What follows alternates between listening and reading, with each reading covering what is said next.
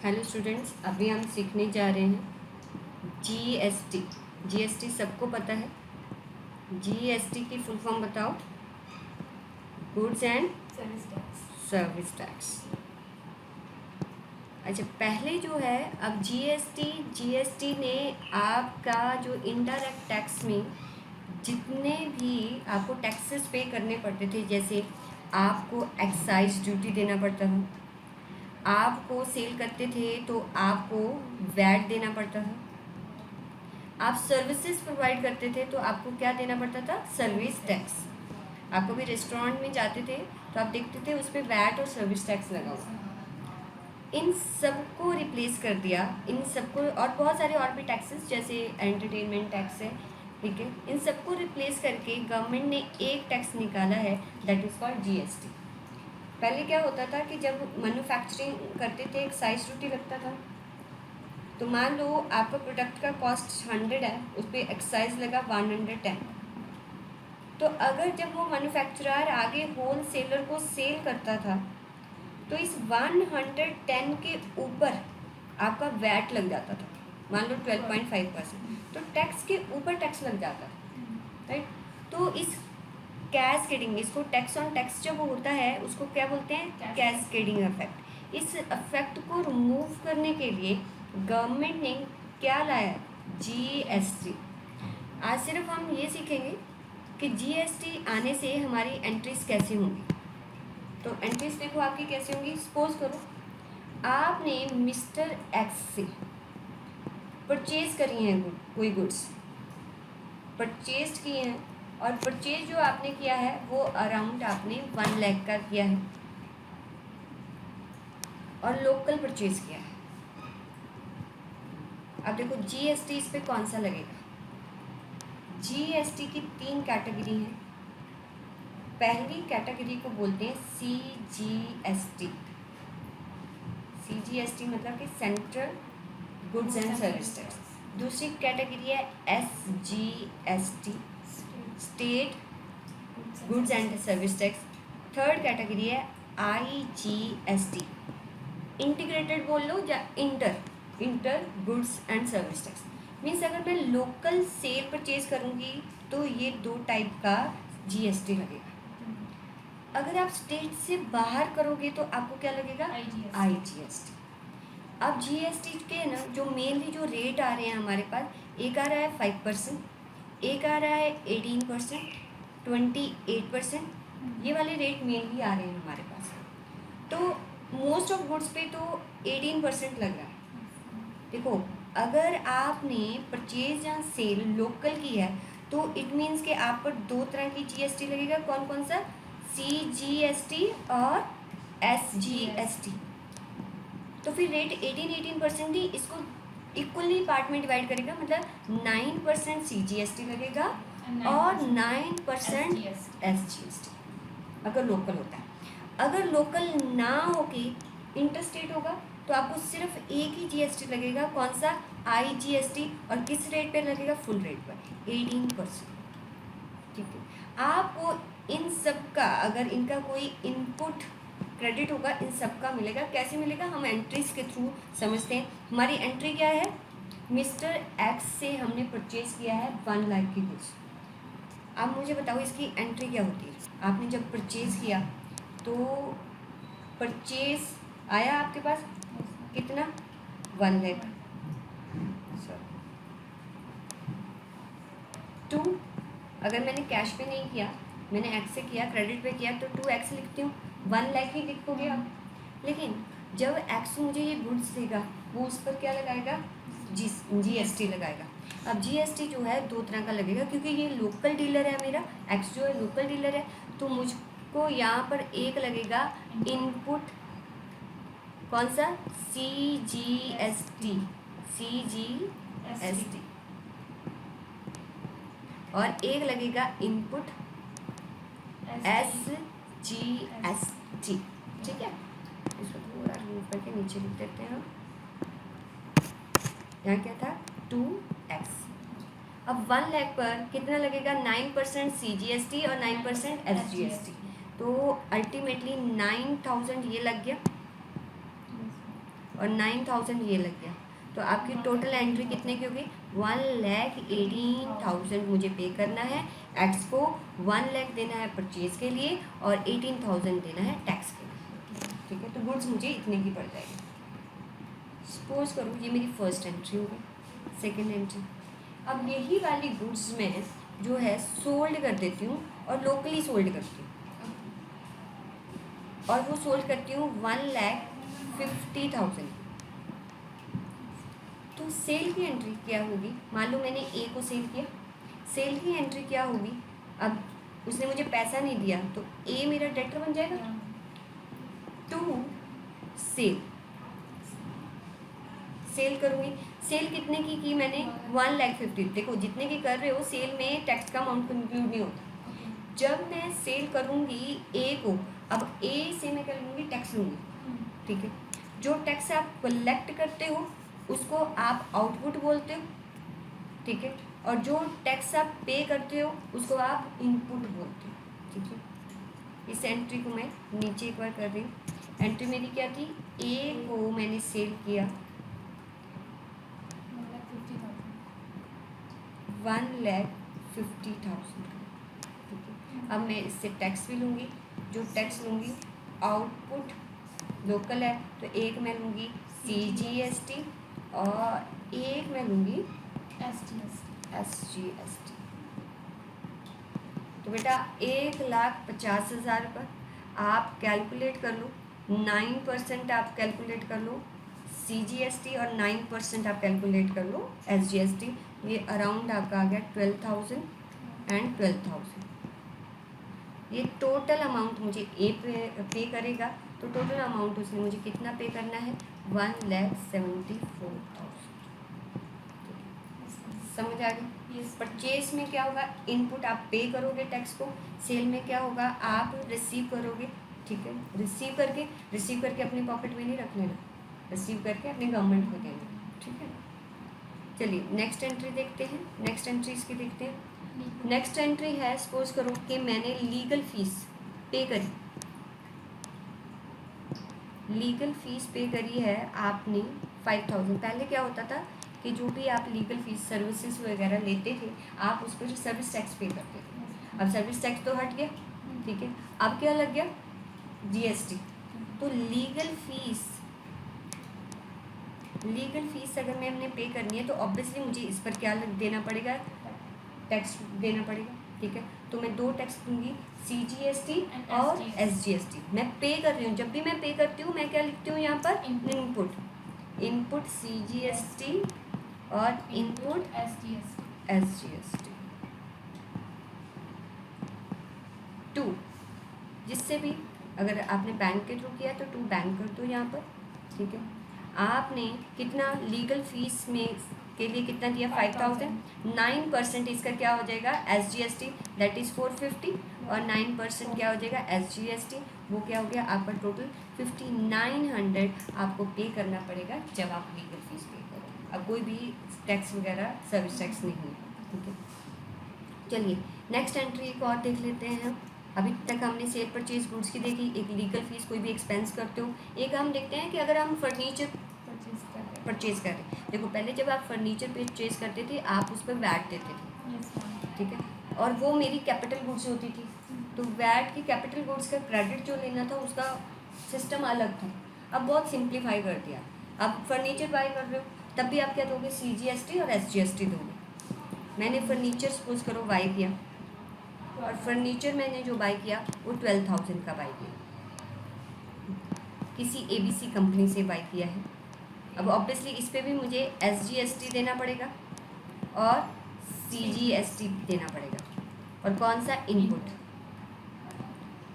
Input का हमेशा credit आप किससे लेते हो? गवर्नमेंट से ले लेते हो, जितना उसको पे करते हो।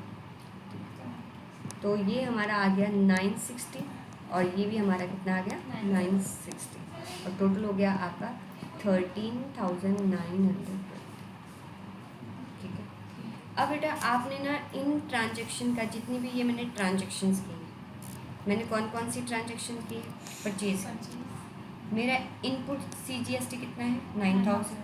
SGST कितना? 9,000। एक तो 9,000 ये हो गया। ओके, अब मेरा जीएसटी पेबल है, रिफंडेबल है, ये मैं आपको बताऊंगी कि कैसे निकालते हैं। अच्छा, दूसरा मेरा आउटपुट सीजीएसटी 12,000। थर्ड फिर इनपुट सीजीएसटी, ठीक है। फोर्थ फिर मेरा इनपुट आ रहा है। तो आप देखो इसका क्रेडिट आपको कैसे मिलेगा। आप इनपुट सीजीएसटी लिखो, फिर लिखो इनपुट एसजीएसटी। इनपुट आपका कितना कितना है, आपका एक आपने जब परचेज किया था तब आपने जीएसटी दिया था, तो आपका एक इनपुट था 9,000 का, यहाँ पर भी 9,000 का। फिर जब आपने लीगल फीस दिया था, ठीक है, तब आपने उस पर भी चार्जेस दिया था, वो आपका 450 था, ठीक है। अगर आपने पीछे मैं दिखा नहीं रही हूँ आपको, 450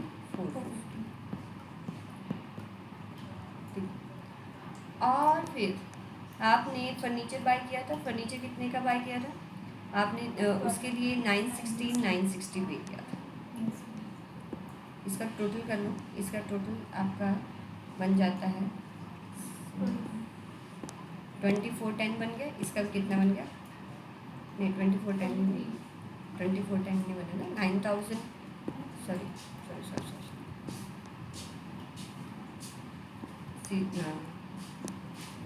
0, ये आपका 11, 10 और आपका 14 और 10, 10,410। ये आपने जो पे किया, ठीक है, जब आपने बाय किया कुछ भी, जो आपने अपने क्रेडिटर्स को पे कर दिया। फिर आपने एक सेल की थी जिससे आपने आउटपुट सीजीएसटी और इनपुट एसजीएसटी जो है रिसीव किया। ऑब्वियसली जो रिसीव किया गवर्नमेंट को दोगे, गवर्नमेंट को अभी देना कितना है, 12,000, यहाँ भी 12,000, लेकिन पे कर कितना चुके हैं हम, 10,000। गवर्नमेंट कहती है जो मेरे पास आपके जीएसटी टिंकेंगेस जो पैसा आ चुका है, जो अभी आपने पे करना, मैं दोनों को लेस कर दूँगी। अब पे कितना करना है, 12,000, कर कितना चुके हैं, 10,400। जो भी इसका रिमेनिंग आएगा, जो भी इसका रिमेनिंग पार्ट आएगा, वो मेरा जीएसटी पेबल बनेगा। 12,000 माइनस 10,410 कर दीजिए, तो 1590 आपको पे करना पड़ेगा।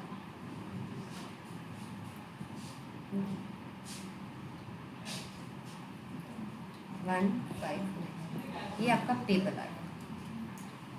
अगर ये अमाउंट बड़ी होती, ये अमाउंट 13,000 होती, ये आपकी 12,000 होती।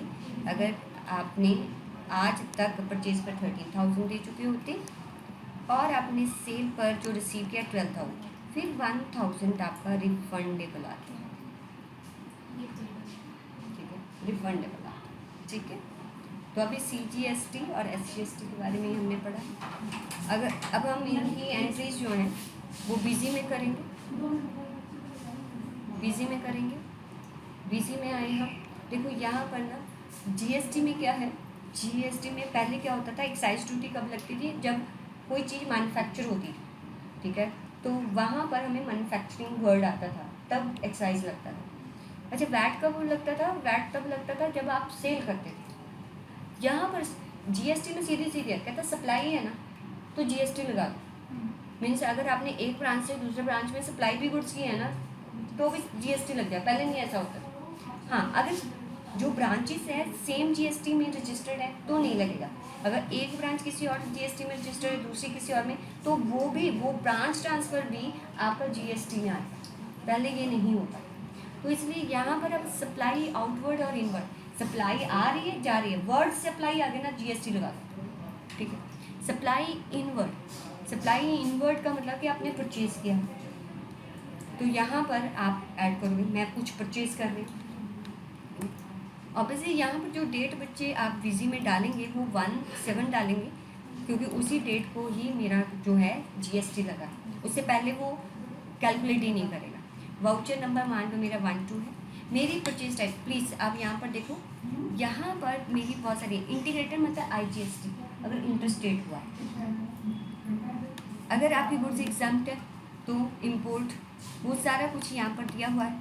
अगर आपका IGST नहीं है मतलब आपने लोकल किया है तो आपको यहाँ पर आप L प्रेस करिए, ठीक है, तो L आ गया।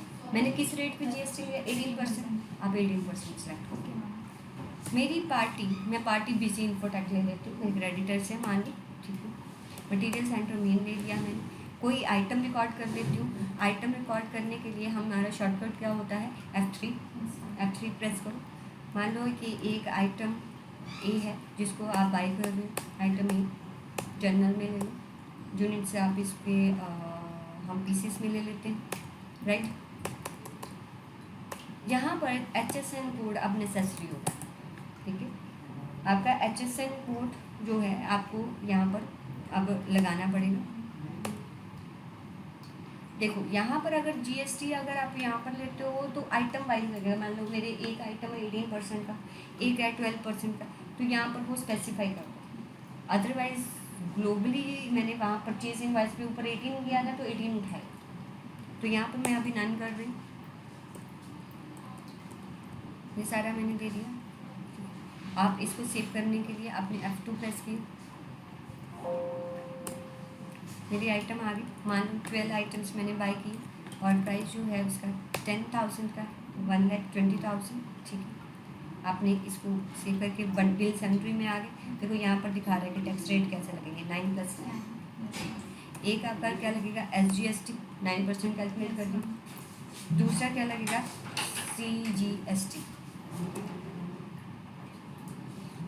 CGST लगेगा, ठीक है। F2 कर लिया आपने, फिर आपने F2 किया, आपका वाउचर सेव हो जाता है, ठीक। अब हमने क्या किया था, हमने उसको सेल किया था। सेल आप करने के लिए ऑब्वियसली ये सप्लाई इनवर्ड था, सेल करेंगे तो सप्लाई क्या हो जाएगा, आउटवर्ड हो जाएगा। आप ऐड कर दो, तो 1 जुलाई को, अब मेरा वो भी लोकल ही था, लोकल ही कर रहे थे, आपने 18% कर दिया। पार्टी मुझे बनानी पड़ेगी, चलो मैं ऐसे करती हूँ, बना लेते हैं। क्या शॉर्टकट F3। पार्टी का नाम है मेरी ए, सपोज करो ए क्या है, सन्ड्री डेटर्स है मेरी, सेव कर रहे हो आप। अच्छा यहाँ पर आपको ना पार्टी का यहाँ स्टेट देना पड़ता है। अगर दिल्ली दिया इट मीन्स लोकल सेल, ठीक है। अगर दिल्ली नहीं किया तो फिर इंटरस्टेट, फिर IGST लग जाएगा अपने आप। और आपको पार्टी का यहाँ पर GST भी देना है। अगर आप दिल्ली गए हो ना तो आपका GSTN 07 से स्टार्ट होगा, दिल्ली का कोड 07 है, ऊपर दे भी रखा है, ठीक है। फिर उसके बाद उसका पैन नंबर आएगा, मैं गलत दे रही हूँ तो मुझे देगा, पर मैं कंटिन्यू करूँगी। तो आपने यहाँ GST 15 जो डिजिट का है आपका GST होगा वो आपको मेंशन करना पड़ेगा, ठीक है। अब आप आइटम को क्या कर रहे हो, सेव कर रहे हो। मेरे पास 12 थी यूनिट्स, 10 यूनिट सेव कर देते हैं और 14,000 पे कर देते हैं, ठीक है। आपने यहाँ पर F2 किया, नीचे आए, ऑब्वियसली इस पर भी क्या लगेगा CGST और SGST, वो अपने आप कैलकुलेट हो जाएगा, वो आपको कैलकुलेट नहीं करना, ठीक है। तो आपने यहाँ पर इसको सेव कर लिया, रेफरेंस नंबर दे दो आप, सेव किया। अब कहता है प्रिंट करना है, चलो हम देखते हैं कि हमारा जो GST का इनवाइस कैसा आता है। इन्वेस्ट किया, सेव किया, GST का इनवाइस देखते हैं ऐसा। मतलब यहाँ पर आपकी कंपनी का, आपको कंपनी का पूरा एड्रेस वगैरह डालिए आप, ठीक है। नेक्स्ट क्लास में बताऊँगी कि एड्रेस कहाँ से डलेगा। बिल टू किसको किया है, शिप टू किसको किया है। बिल टू मतलब ऐसा हो सकता है कि पार्टी जिसको मैंने बिलिंग की है, जो मुझे पैसे देगी और उसकी किसी और ब्रांच में कर रही हूँ, तो शिपिंग कहाँ किया और बिलिंग कहाँ की, दोनों एड्रेस है, दोनों सेम भी हो सकते हैं, दोनों डिफरेंट भी हो सकते हैं। और नीचे देखो आपने आपका GST कर दिया, ठीक है। अब आपको GST रिपोर्ट अगर देखनी है, रिपोर्ट अगर आपने यहाँ पर चेक करनी है, ठीक है, तो डिस्प्ले में जाइए, GST रिपोर्ट में GST समरीज पे जाओ, GST समरीज को आप एंटर करो, किस डेट से किस डेट तक देखनी है वो डेट डालो, आपकी ये GST रिपोर्ट आ जाएगी। अब देखो यहाँ पर CGST कितना था, 1800, ठीक है। और आपका SGST में कितना था? 1800, राइट।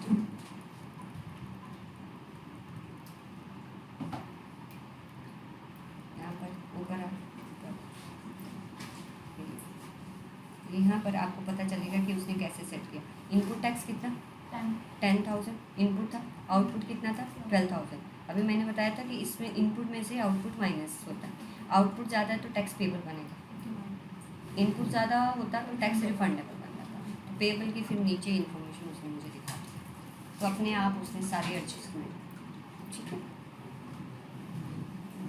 अब बाकी हम नेक्स्ट क्लास में सीखेंगे। आज की क्लास में इतना ही।